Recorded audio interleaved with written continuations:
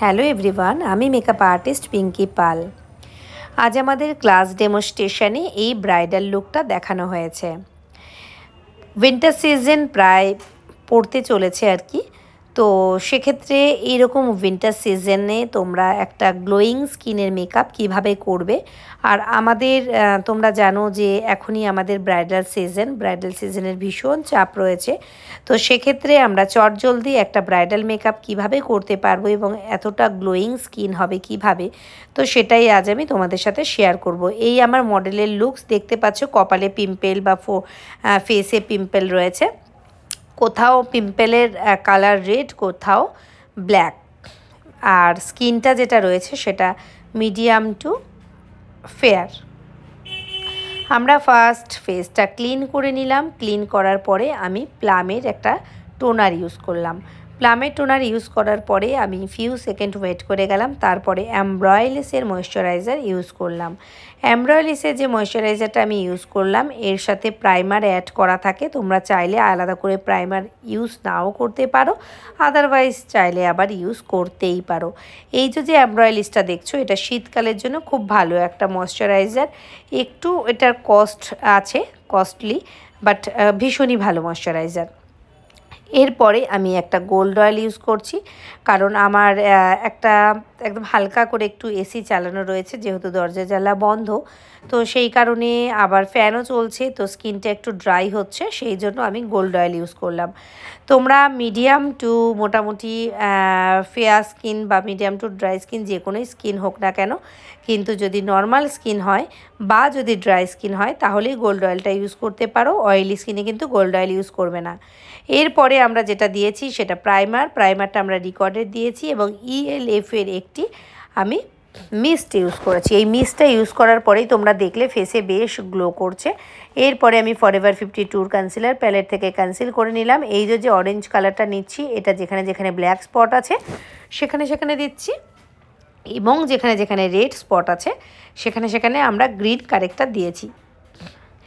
এইভাবে আমরা স্কিনটা কারেক্ট করে নেব।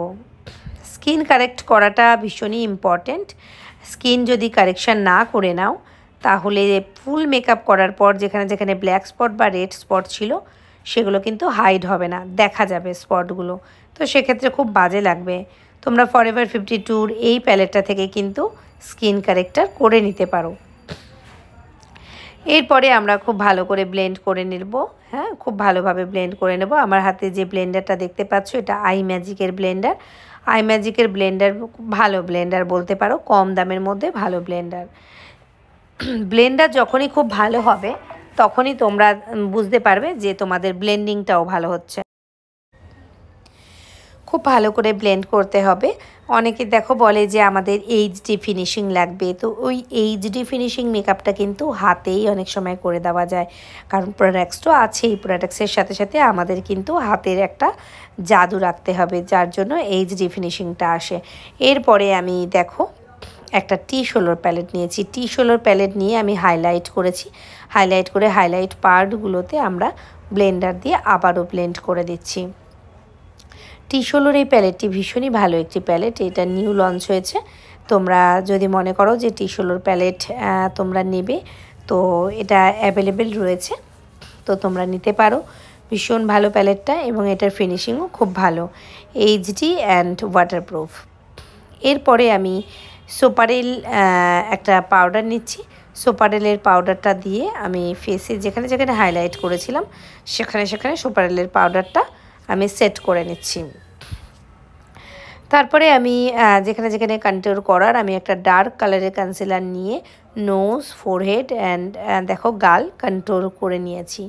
কন্ট্যুর যেখানে যেখানে করেছি সেখানে সেখানে আমি পাউডার কিন্তু লাগাচ্ছি না, আমি হাইলাইট পার্টগুলোতে পাউডার দিয়েছি। পাউডার দেওয়ার পর একটা পলিশিং করে নিচ্ছি আমি পাউডার ব্রাশ দিয়ে। পলিশিং করার জন্য আমাদের যে ব্রাশটা সেটা রিয়েল হেয়ারের হতে হবে।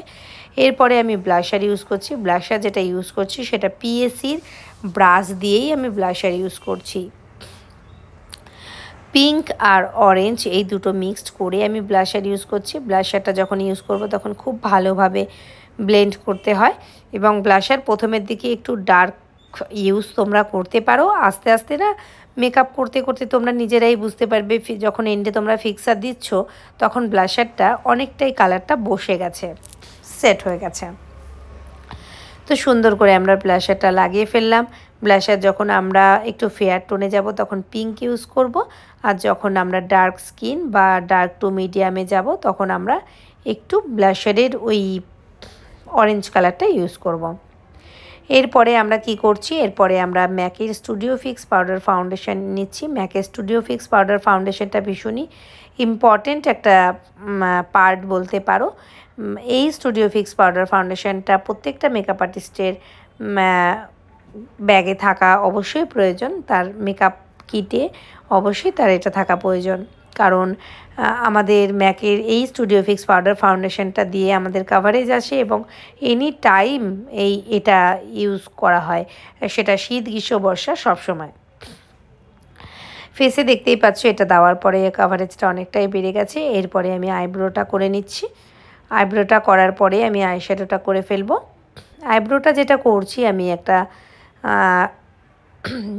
কাজল বলতে পারো, আইব্রো পমেট, কিন্তু সেটা ব্রাউন কালারের। এটা রয়েছে অ্যানাস্থেশিয়ার এই পমেটটা ভীষণ ভালো একটি পমেট। এবং আমি কিভাবে করছি তোমরা দেখে নাও।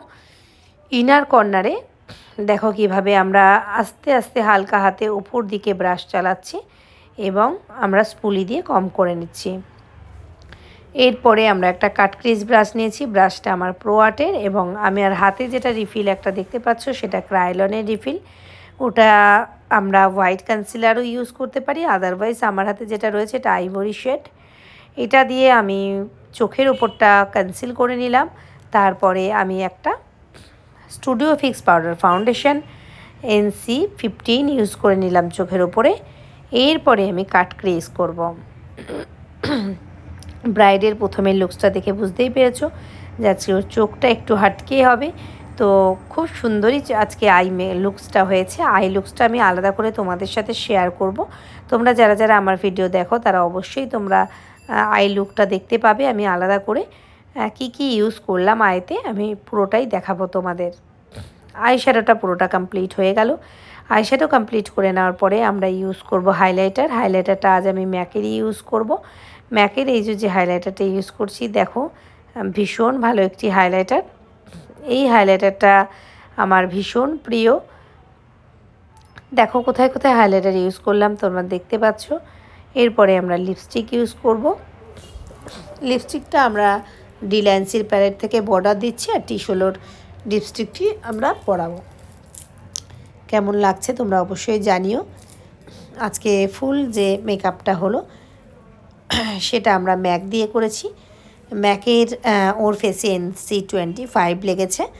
NC25 দিয়ে আমরা ফুল ফেসে ফাউন্ডেশনটা বসিয়েছি এবং এরপরে ম্যাকের স্টুডিও ফিক্স পাউডার ফাউন্ডেশন দিয়ে আমরা কাভারেজ এনেছি। তো দেখতেই পাচ্ছ লিপস্টিকের কালারটা কি মিষ্টি কালার, চেরি রেড। তো এই কালারটা ব্রাইডদের পরালে সত্যি ভীষণ ভালো লাগবে দেখতে।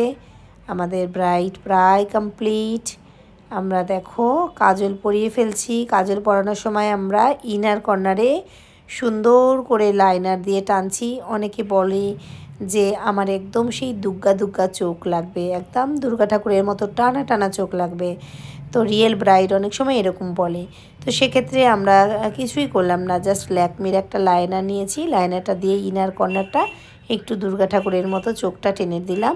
এরপরে আমরা কাজল নিয়েছি। কাজলটা আমরা নিয়েছি দেখো ব্রাশের সাহায্যে। কাজলটা নিয়ে আমরা খুব ভালোভাবে স্মাচ করছি।